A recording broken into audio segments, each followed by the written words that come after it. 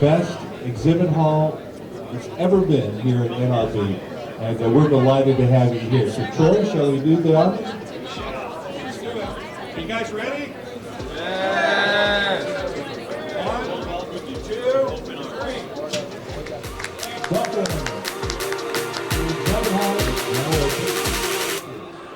Welcome to Cure America. I am Donald Eason, and we are on location here in Dallas, Texas at NRB, the National Religious Broadcasters, and what you just witnessed was the ribbon cutting ceremony that opened up this year's festivities.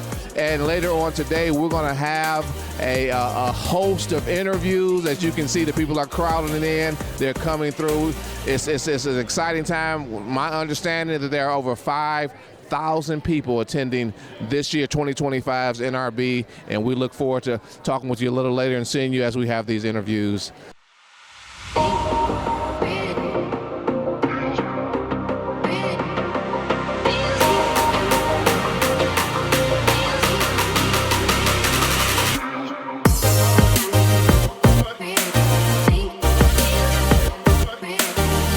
We are now here in the exhibit hall. You just saw the ribbon cutting ceremony, and as you can see, the crowds. And this exhibit here is amazing.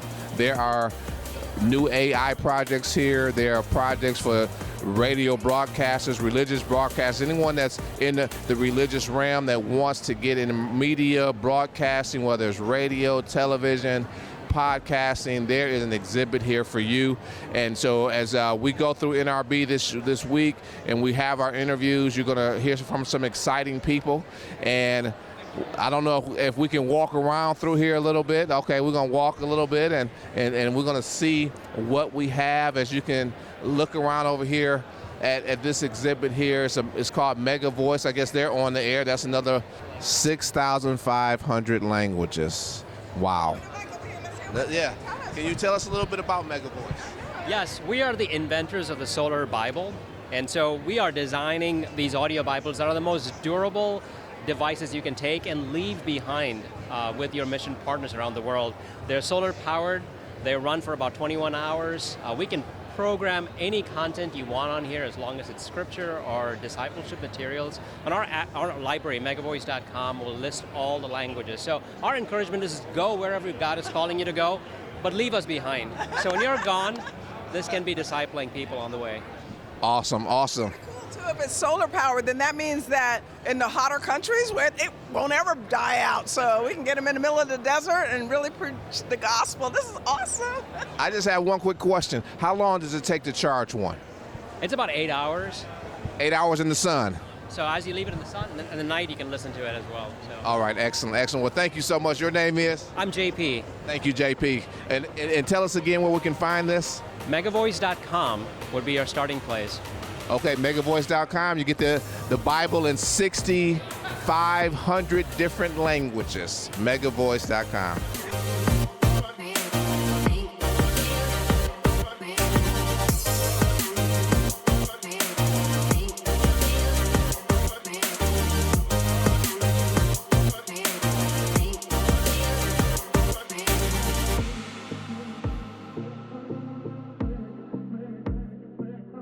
Welcome back to Cure America here in Dallas, Texas at the National Religious Broadcasters Convention.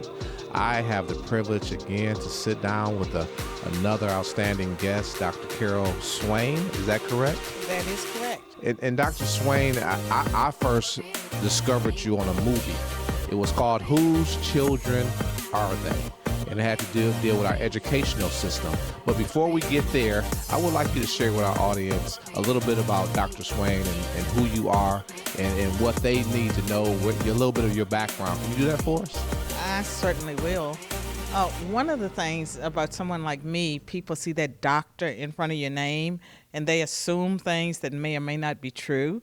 And the true story for myself is I'm a first generation college student. I was one of 12 children born and raised in rural poverty, dropped out of school after completing the 8th grade, married at age 16, had my first child at age 17, and I ended up getting a high school equivalency going to a community college and getting the first of 5 college and university degrees. I have a degree in criminal justice, 1 in business, 2 in political science, and 1 in law. And I've been at every kind of American institution.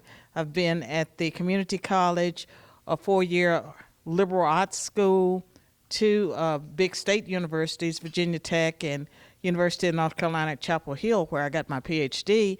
And then I went to Yale Law School and got a master's in law after I had been a tenured professor at Princeton.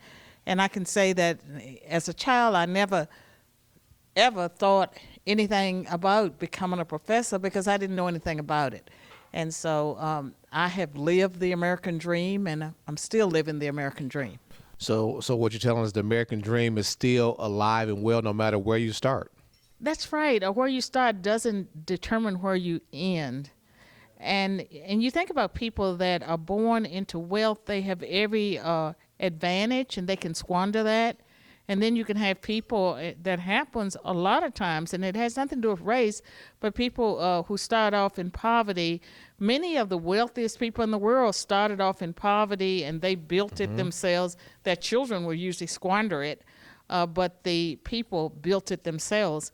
And I grew up at a time when we were told that if you worked hard and got an education, you could make something out of yourself. And the emphasis was on you making something out of yourself, not someone else making something out of you. Well, you know, and you mentioned working hard, getting an education, and that's what I want to talk to you about, our educational system. Again, I was first introduced to you in the movie Whose Children Are They? Because it's a matter of, are they the parents' children or are they the public schools' children? And the question I want to ask you is, what is going on in our public schools that parents need to be aware of at this very juncture? What's going on? 'Cause we're looking at school choice and opportunities out there for parents, and what's going on in our public schools? Well, the government thinks they own the children. So they're not the government's children. I would argue that they're the parents' children. And I can also tell you that for myself, I started off in segregated schools, segregated black schools. There were a few white teachers, usually Jewish, and I got a great education. So when schools integrated, I was not behind. And so those schools, we were told that we had hand-me-down books, that the white kids had better books, the white kids had a better facility. When the schools integrated, I was not behind. And one of the most important things was I had sort of assumed that the white kids would be smarter than us and they would know more than us. And integration was one of the greatest things because I was smart in the black school and I was smart in the white school, and I learned that white people were not smarter than black people because they were white people.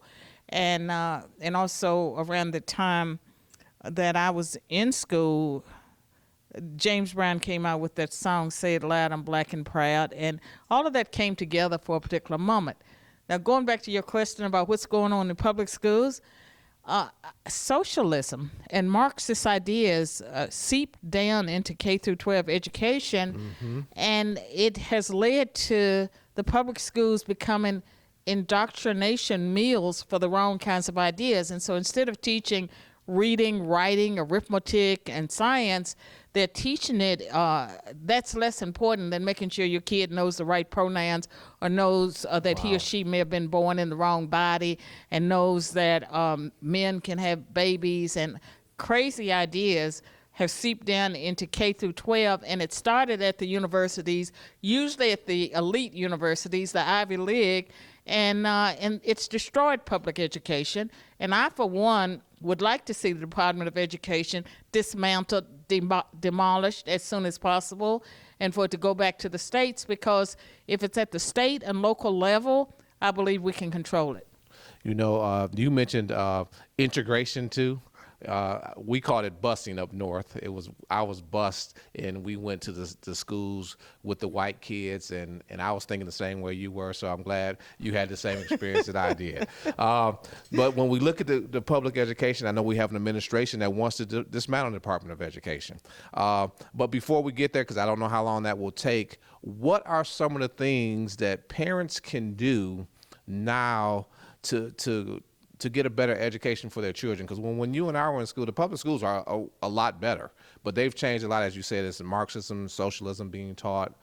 What can parents do? What are some solutions? Well, here's what I think. I think that most parents know that the public schools are a train wreck unless you're in an affluent neighborhood where they can supplement the education by hiring the extra science teacher, or they are supplementing their children's education because it's inadequate. So they're hiring the tutors. They're doing all these things. So those parents are already involved. But my biggest concern are the parents may not be well educated, and they're so trusting. They're trusting of authority figures, and so they're not looking carefully at what their children are being told. They are assuming that the teachers have the best interests of the child. And I think that there are some parents that need to be awakened because they really don't know what's taking place. And within the black communities, I believe that there are people that, that they're kind of indifferent. Or they're just assuming everything's going to work out. Right. Even though their children are not being educated, they may be promoted. They may be in the 4th or 5th grade and they don't know their timetables. And so I think parents need to become more involved, and that's going to intensify the need once the Department of Education is dismantled. I believe it will be dismantled, and I think that it's going to put a greater burden on local communities and on state governments to invest and pay closer attention to what's happening in the public schools. And I speak a lot of times to homeschoolers and people that are in classical Christian schools. They've already yanked their kids out, and I tell them we all have a stake in public education. We can't just say, okay, I say my kid, your children are interacting with the other kids. They may be relatives, they may be neighbors, and we're paying tax dollars to support the public schools, so we all have a stake in what happens. And so it's not, I don't have any kids in the public schools, I don't care what happens. We all need to care about what happens. I couldn't agree with you more, because the children of today are the leaders of tomorrow, and so we all have a stake in it. Are you a fan? I would assume that you are, of school choice and parents having these other opportunities. Yeah, they're calling it educational freedom now, and and school choice, and I think the parents are the best people to decide what kind of education, whether it's public, private, or charter school. The parents are the best individuals to make that choice. But for us to pretend that school choice is going to work for everyone when it comes to vouchers, a $7,000 voucher, that's what we're offering in Tennessee to 20,000 families out of I don't know how many million of school children. $7,000 is not going to go very far towards tuition for people that may not have means. And so, again, it goes back to the public schools. We still have to be involved with the public schools. And school choice, for people that can take advantage of it, even with scholarships, they have to subsidize that. And I have a great-grandchild that I'm supplementing. I'm paying for him to be in a private school. There is so much work for the parents. They're always doing something. It's not just the tuition. The expenses that go along with being in a private school exceed the tuition. And so it's not school choice. Some people don't have a choice, and they will not have a choice even when we have universal school choice. They're going to be in the public school stuck. So we need to, across the board, make schools better and more affordable.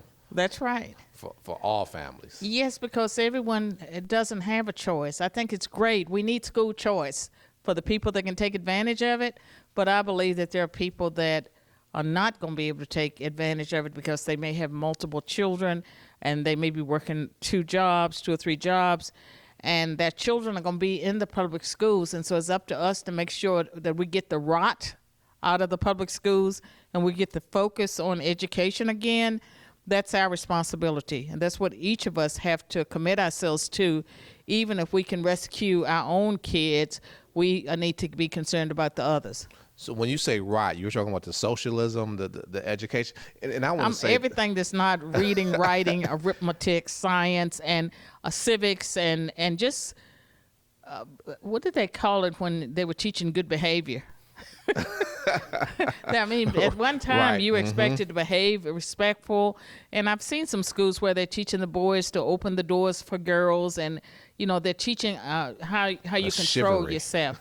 Yeah, I mean that needs to be a part of education too. It's behavior, respect for authority.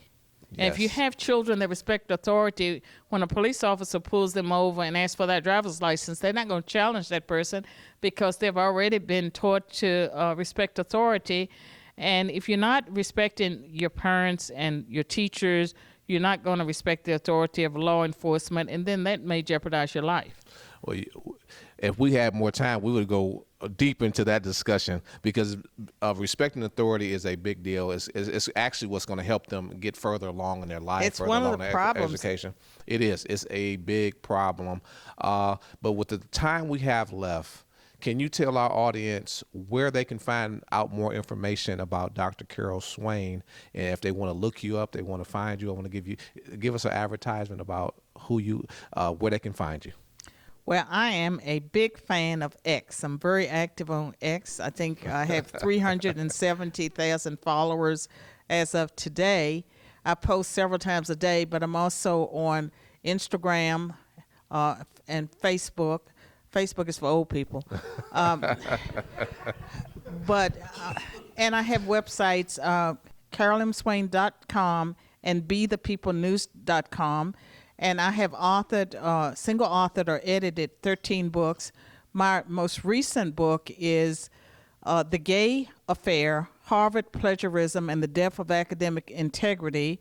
And that book talks about the plagiarism scandal that involved the former president of Harvard. I was one of the persons that was plagiarized. And so I'm a very active voice, and I love social media, and I encourage you to follow me. And if you have an extra $3 a month, you can subscribe to my X account. Thank you again, Dr. Carol Swain. We've had a marvelous discussion here, and you can find her at those locations. And thank you again for being with us here at Q America. My pleasure.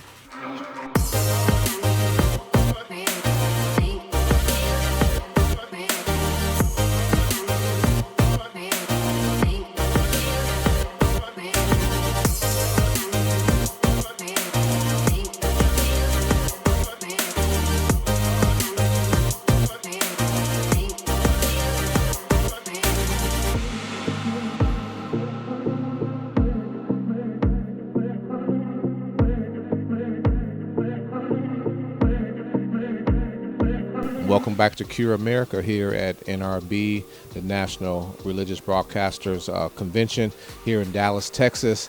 I have the privilege to sit down here with Craig Scheef. He's the CEO, Chairman, and President of Texas Security Bank. And I thank you, Craig, for taking time out of your schedule to come and meet with us. And I had a chance to read a white paper that Craig wrote called Reversing Poverty. But before we talk about the white paper, I'd just like to ask Craig to tell us a little bit about yourself and who you are and how you got here. Okay. So I am originally from all over. My father was a civil engineer, and we moved quite a bit before we moved to Plano in 1974. And after I got through with college and graduate school, I went into banking and was with the Wells Fargo organization for about 15 years. And while at Wells Fargo, I dealt primarily with what we call middle market companies, which are companies from, say, 50 million in revenue to 500 million in revenue, so decent sized companies. And I had an opportunity to go to work for Bank of Texas, which is owned by Bank of Oklahoma. And they had come into Texas and bought up a number of independent banks in all the major metro areas of the state. And they acquired one and asked me to run it. And there I was dealing with companies that I call owner-managed businesses, and really fell in love with their free enterprise stories of how these businesses got started, the risk, the sacrifice, the cost, what they had to go through to be successful, and I fell in love with it. And that's where I got the idea for a bank whose focus was on owner-managed businesses. So a bank whose product offering and service offering was all geared towards what we call the champions of free enterprise entrepreneurs. And so after about 4.5 years, I left Bank of Texas to write the business plan, get regulatory approval, and raise the capital for Texas Security Bank. And we opened in May of 2008. And today we have 4 locations, 3 in Dallas County, and our most recent one was opened 2 years ago in Tarrant County. So that's kind of how we got here.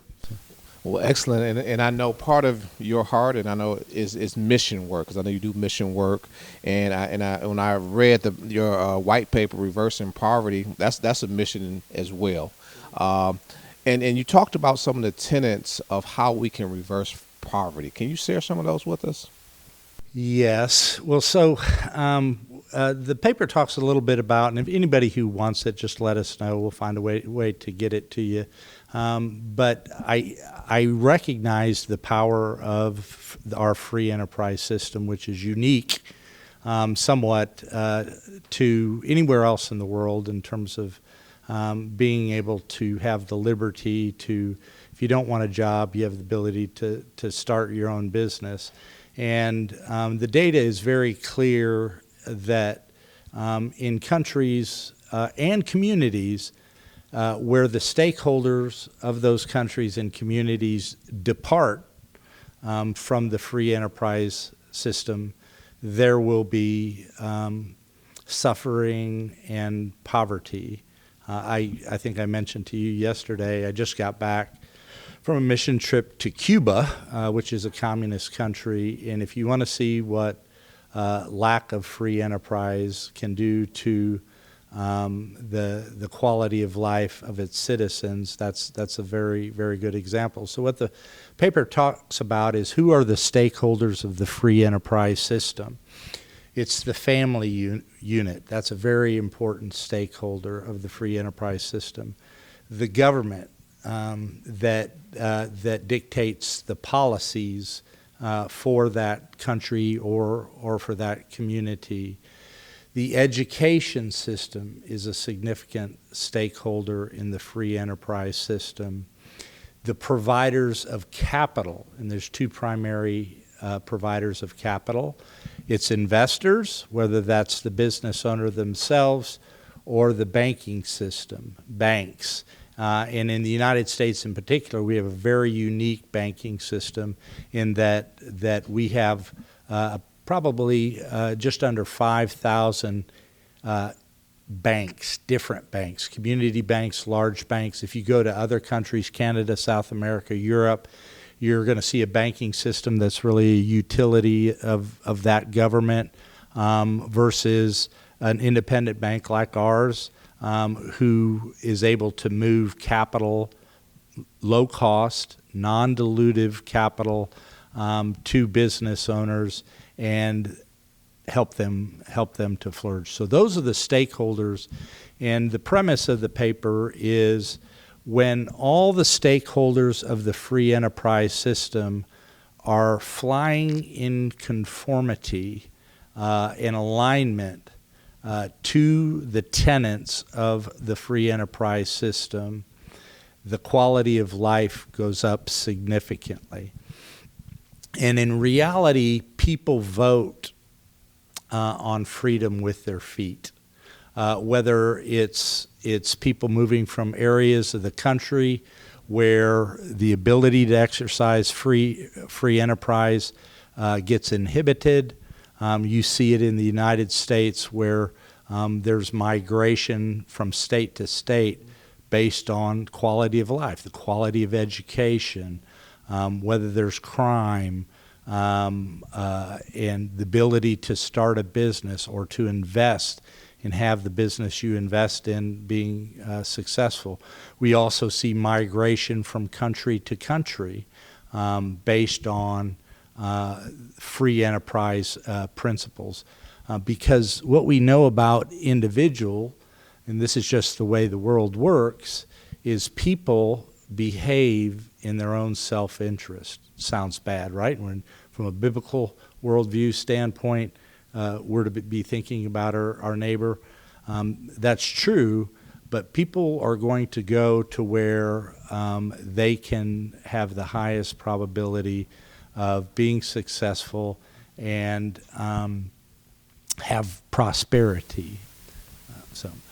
You know, Adam Smith wrote the book Wealth of Nations, and in that book he talks about the entrepreneur working in their self-interest in the area that they like would actually be beneficial to the community and to the entrepreneur, because if, let's just say, if I like making wagon wheels and we have people that need wagon wheels and I'm good at it, they're going to buy it and everybody prospers. So Adam Smith actually talked about that in that book. Yeah, and so the concept of pursuing a self-interest, in order to be successful in business, a transaction has to take place.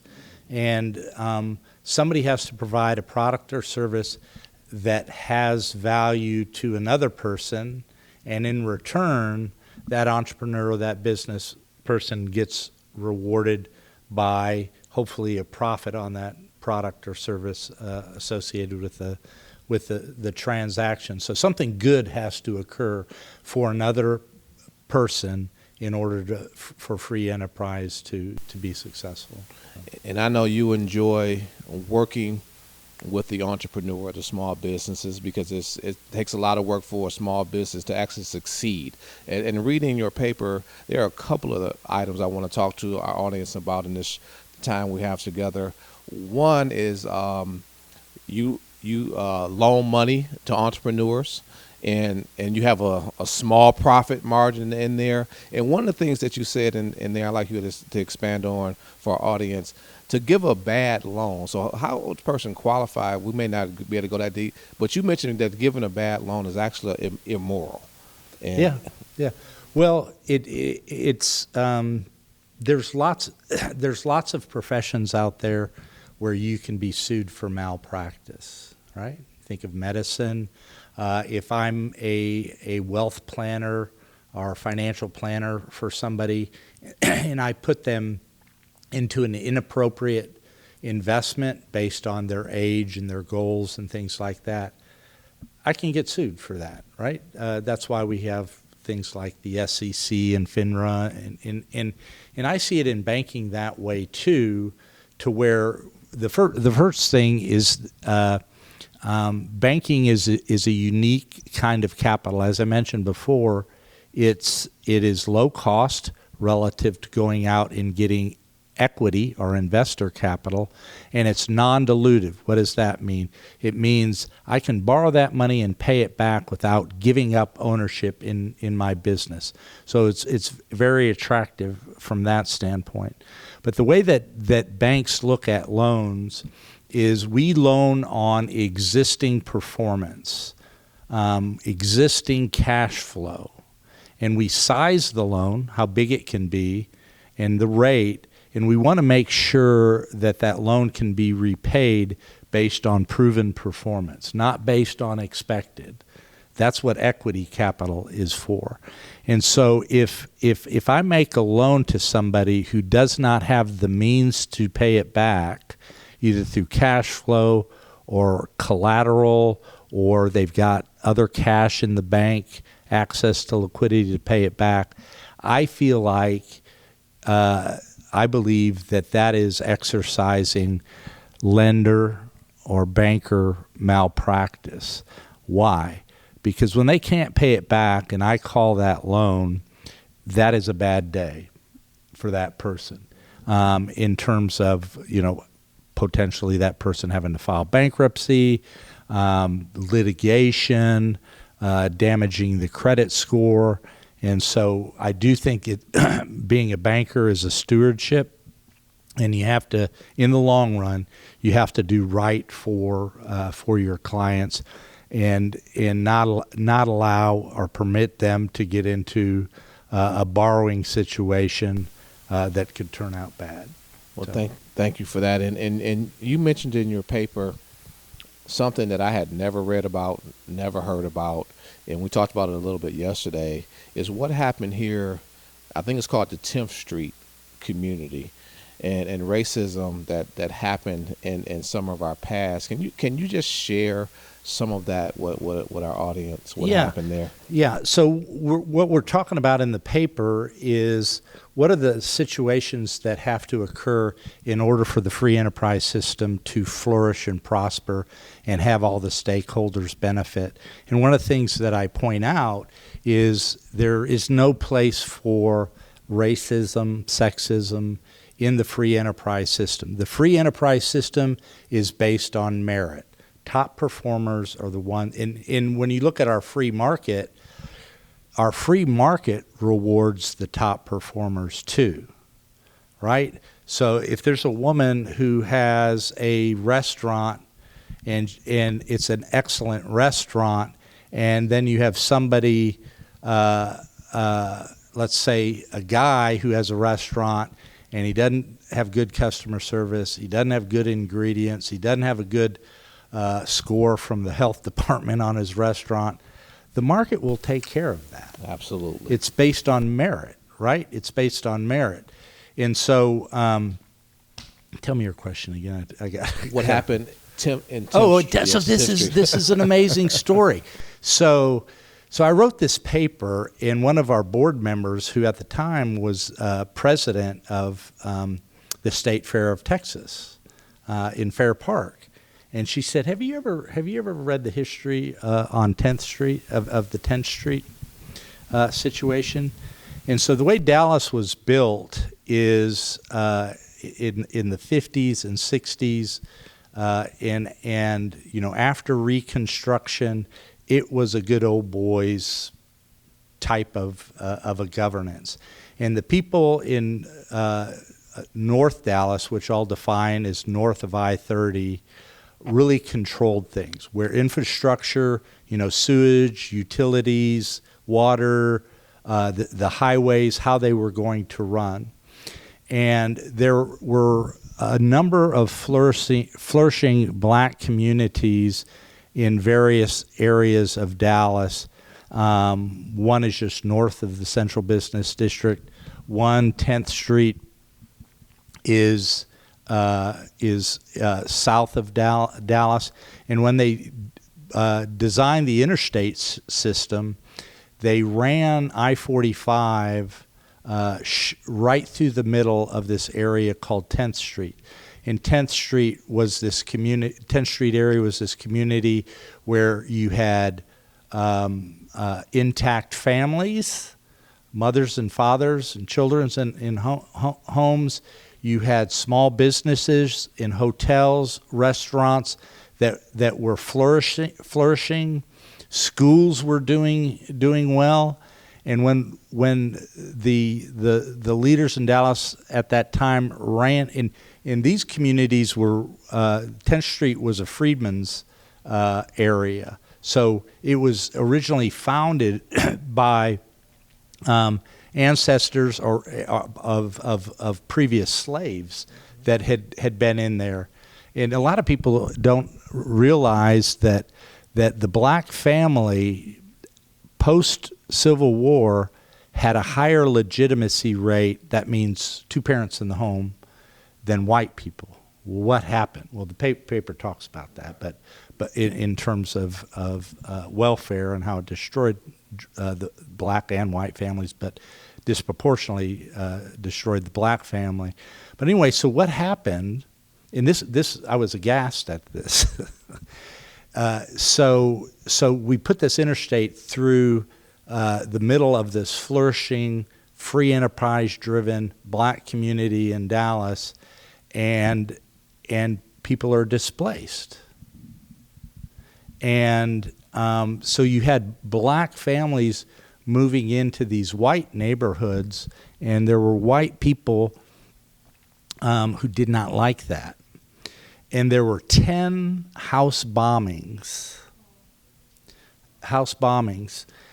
during that time period. And you know how many people were arrested? Zero. And you can go to southern Dallas today, and this was in the 50s and 60s. You can go to southern Dallas today, and there were ancestors people who know that story. So what does this have to do with free enterprise? Well, what it has to do with is, number one, that's not based on merit, right? That's something else going on there. And so I make the point that there's no place for discrimination, racism, if what your goal is to create a flourishing free enterprise environment. And there was another thing I was going to say on top of that, but it escaped me. Maybe it'll come back. But the point is we're trying to create a community where free enterprise flourishes, and we need to know what it's important to know what needs to exist and what absolutely cannot exist if that's what your goal is. So you're saying this, and I know we ran over time here, so I just want to wrap up. So for free enterprise to work, it has to be a merit-based system, and it has to be free of discrimination. And today, with our current environment, when we talk about reversing poverty, do you think we're on the right track? And we'll let you close out whatever you want to share on that note. Well, hope springs eternal, and I say yes. Because I think there is a desire of people. Number one, there has to be unity amongst the stakeholders of the free enterprise system. The vibe I get right now is that there are people from all areas that want unity. They want to see prosperity, and there's a desire for truth. And as long as there's a strong desire for truth with the participants of the free enterprise system, then I think there's hope. So. Well, thank you so much, Craig, for being with us. And there, you're hearing it from a banker's point of view, wanting to reverse poverty. He's talked about some of the tenets that we need to look at to reverse poverty. Number one being the family unit. And then he's talked about what bankers look for when giving loans for your enterprise. And so we thank you so much for spending your time with us this afternoon. My pleasure.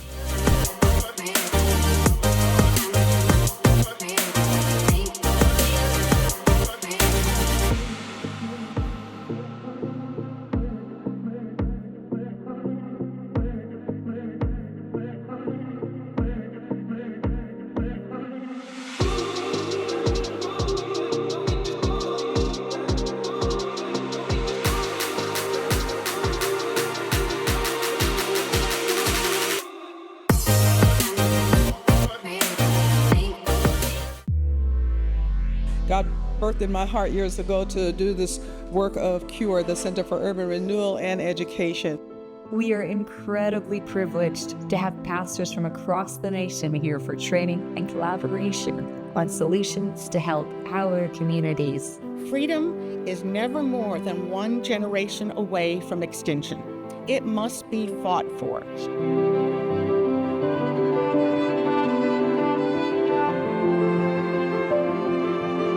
The Declaration meant what it said. All men are created equal.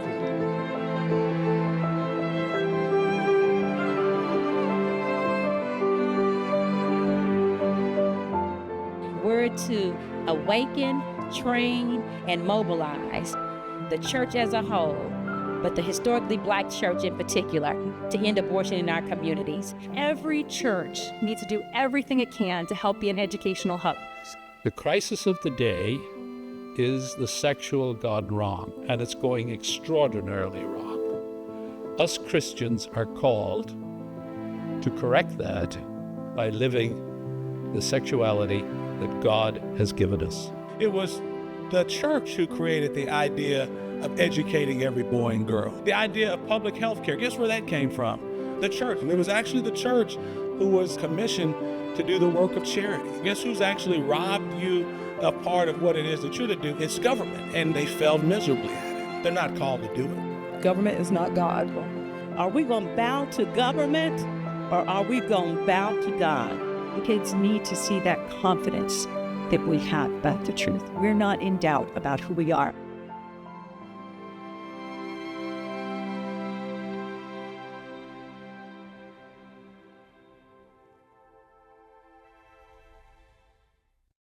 Let's take a quick history lesson. Just 2 centuries ago, 94% of the people in the world lived in extreme poverty. Today, it's 8.5%. In a century, our life expectancies more than doubled. How did we come so far so fast? The freedom to create, to start a business, to keep what you earn. Don't let the socialists and radical left cost us our progress, our freedom, and our well-being. It's time we fight for America and vote for America.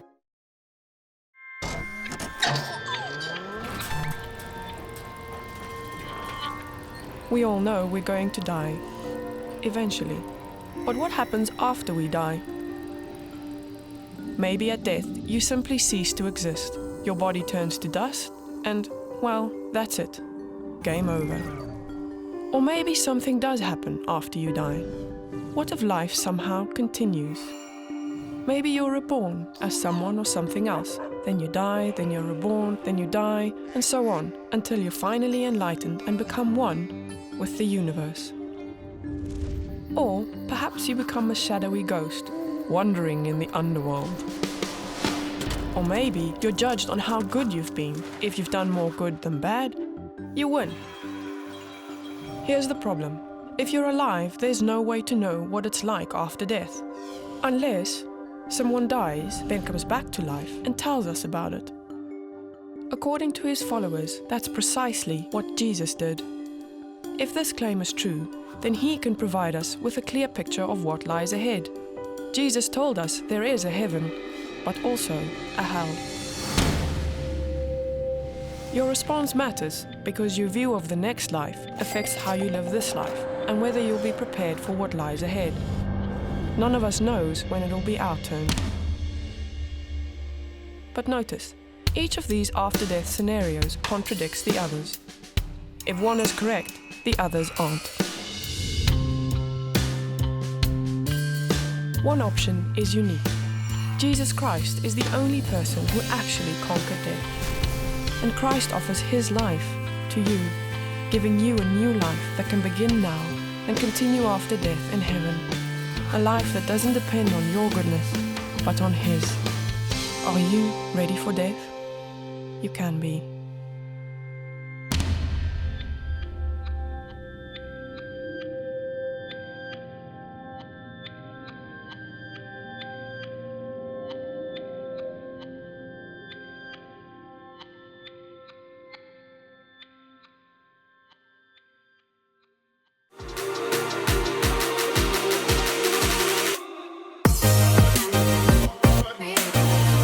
Welcome to Cure America. I am Donald Eason, the new president of Cure, and I have the privilege to sit down here with Dr. Simone Gold. Let me tell you, I mean, getting ready to just fawn over her for a second. She saved my life during COVID. We caught COVID. I was in such bad shape. My wife actually got in the car and drove 5 miles to get me some, not 5 miles, about 50 minutes to get me medicine that the American Frontline doctors had prescribed to me. And they told me if I took this medicine, I would be better in 48 hours. And I was in such bad shape that I was not even sweating. My fever was so high. And I knew my fever had broken when I started sweating again. And so it's the American Frontline doctors and what you presented to us. I can remember you on the steps in Washington, D.C. And so I just want to ask you a question.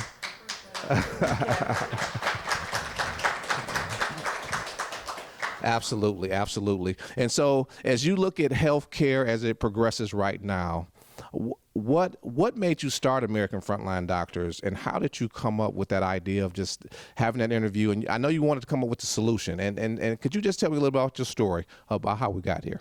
Thank you, and thank you so much for inviting me. And it is always wonderful to hear those stories, because at the end of the day, it's about the individual. It's about the human being. Everyone is a mother, father, sister, brother, and we cannot forget that the individual is important to us. In 2020, I was working as an emergency physician. I was board certified emergency physician, very experienced, never had a cross word said about me or really to me, good reputation, all that. But I was noticing there was a lot of lies, a lot of disinformation, a lot of propaganda. I knew that based upon my education, but also just upon my direct observation in the ER. I was working in the ER, and what people were saying at the coronavirus task force meetings and all over CNN and even Fox News, it was inaccurate. It did not reflect the reality on the ground. So I was reading all of the research, and I knew that people didn't have to be as afraid as we were teaching them to be. We were teaching people to live in terrible fear. We were teaching them, stand apart from each other, close the schools, cover your face. It made no sense. If you went to any public health textbook, it violated everything that Public Health 101 was. So it took me a couple of months to really kind of ramp up, but I was very certain that the government and the media was lying to people. I just had to then get the word out. And I thought about how to do that. So we organized a lot of doctors online, and we decided to speak directly to the American people. We called ourselves America's Frontline Doctors, and we stood on the steps of the Supreme Court on July 27, 2020. And we told everybody, don't be afraid. That was really our first, most important message. Don't be afraid. 2, masks really don't, not really, I'll eliminate the word really. Masks do not work to stop inspiratory or respiratory viruses. The pore size in the mask is much bigger than the micron size of the virus. And number 3, there's early treatment available should you want it. And I stood there with what I called YouTube influencers, and we just broadcast this to the world. And much to my shock, it just became a huge viral sensation. We had 20 million views in 8 hours. That's an extraordinary number. And then Mark Zuckerberg, Facebook, Instagram, Twitter, everybody deplatformed us simultaneously, which was highly alarming. Why were they so threatened by doctors saying this? And so sometimes people say to me, did I plan this? I said, you can't plan this. And it's not me. It's that I was speaking truth, and truth has a way of getting out. And from that moment on, I went from being this highly respected, highly regarded, board-certified, experienced emergency physician with a stellar reputation to being very mocked by half the nation and highly regarded by the other half. But that half that listened to us when they came down with COVID came to our website and they found answers as opposed to lies. And I'm so proud that we think we've helped about 1 million Americans access early treatment medicines. That is awesome. That is awesome. And you also have helped repair the relationship between patient and doctor. Yeah. Because that was interfered with during COVID. So I'm a daughter of a doctor, and so I was involved in medicine. I like to just say really from before birth onward, but my whole life was involved in medicine. I would go with my father to the hospital and the nursing homes as he did rounds. We had an office in our home. So I am kind of this interesting age where I really do know how good it can be to be a doctor, how wonderful and special the doctor-patient relationship is. And if a patient has a good, worthy doctor, how important that person is to each person. So I know the good that medicine can be, but I was trained and I'm watching it over the last several decades as a professional, as a doctor, not be that. We have become instruments of the government or the insurance company. So for example, in my father's day, 85% of physicians were self-employed. So they worked for the patient. Nowadays, the numbers switched. About 15% of doctors are self-employed. The other 85% are answering to a corporate employer, whether that's a large hospital chain or whether that's a large insurance bureaucracy.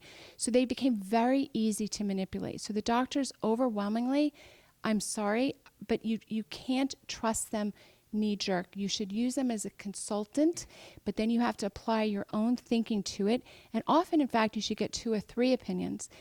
Patients don't know when doctors are telling the truth and when they're not. And I don't want to say that doctors are necessarily purposefully lying to you, but when I look back on my own career, I definitely said things that I believed were true, but I never personally investigated. For example, I've taken all shots in my life, in my career, plus have my children.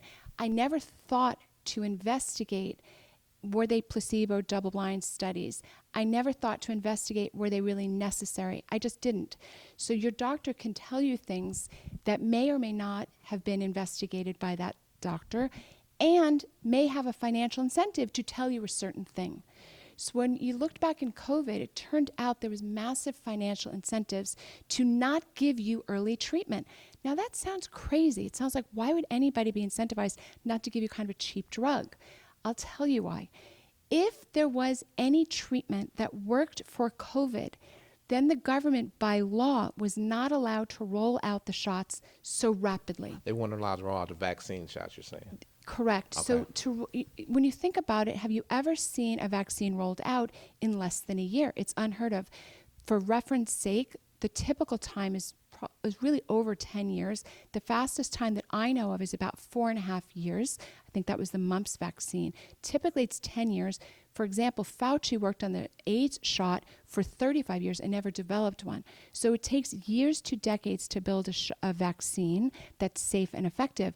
So how do you roll something out so rapidly? There are legal safeguards to prevent that.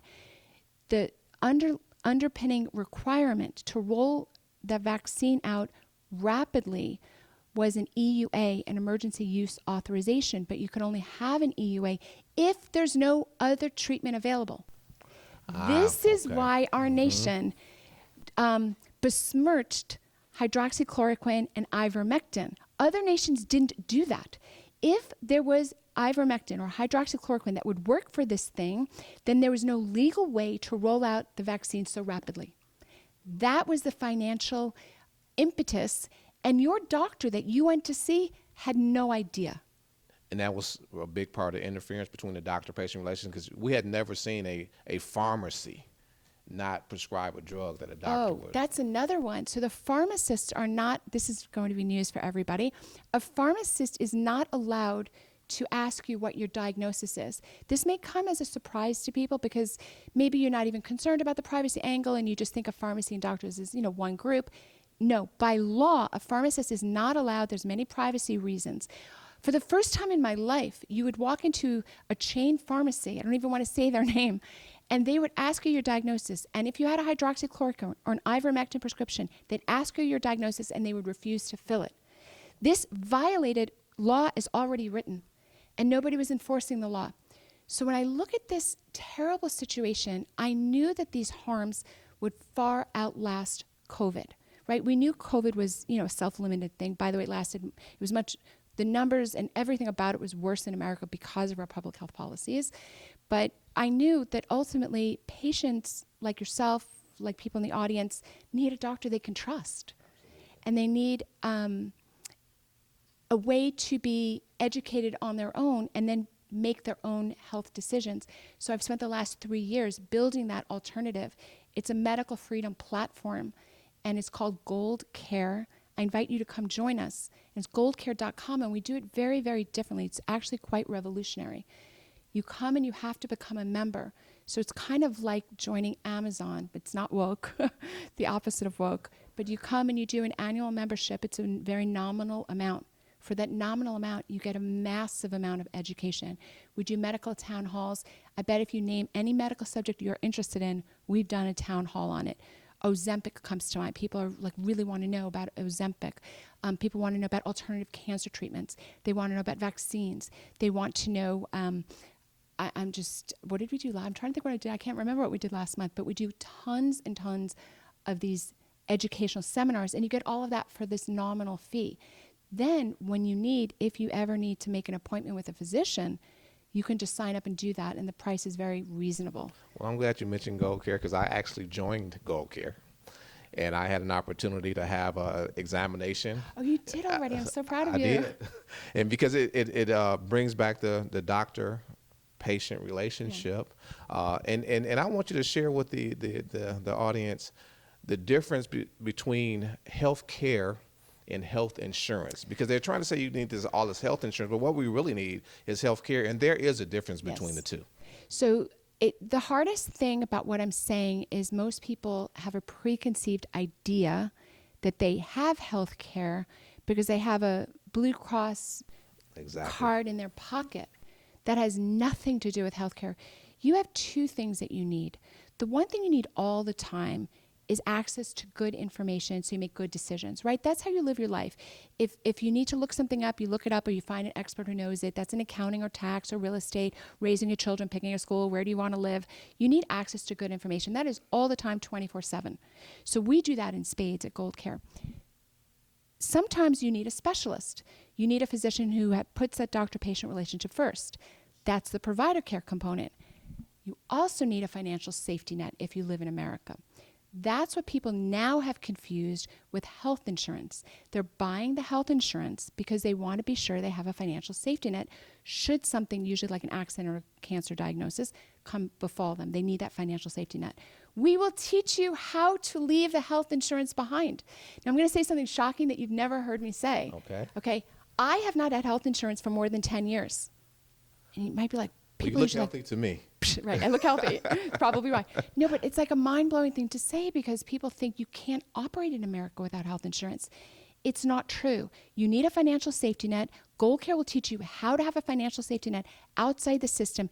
Once you're outside the system, everything is better. It's less expensive, it's more access, it's more freedom. You can see alternative doctors, you can see naturopathic, holistic doctors, you can get second opinions. It's such a better world once you leave the health insurance behind. So what Gold Care does is we provide the education you need, webinars, seminars, emails, information, library. We've got videos, we've got hundreds of hours of videos on all topics you can think of, and we provide the provider care for when you occasionally want to talk to a doctor. And we don't discriminate between doctors. So you might want to see a medical doctor. Maybe you've got high blood pressure or heart disease or cholesterol problems or something like that, or an ulcer disease. Maybe you want to see a medical doctor. But maybe you want to see a naturopathic doctor, right? You're wondering women's health, or I'm stressed, or I'm fatigued, or I'm tired, and I really don't want to go the medicinal route. I'd rather see a naturopath doctor. Or maybe you don't know. Maybe you're a menopausal woman and you're like, I don't know if I need meds or if I don't need meds. Let me see a naturopathic doctor and a medical doctor. How cool is that? So we put it all together for you. And this is the best part, as you know, if you've joined, the price is $10 a month just to access us, right? Yes. So come join, we welcome you. It's amazing. And, education, provider care, and freedom from insurance if you should want it. Dr. Gold, thank you so much. Let's give her a hand. Thank you. And again, I'm a big fan. We thank you so much for being with us here at Cure America, and we look forward to spending some more time with you and sharing more information with our audience. Thank you so much. Thank you so much. God bless. God bless you.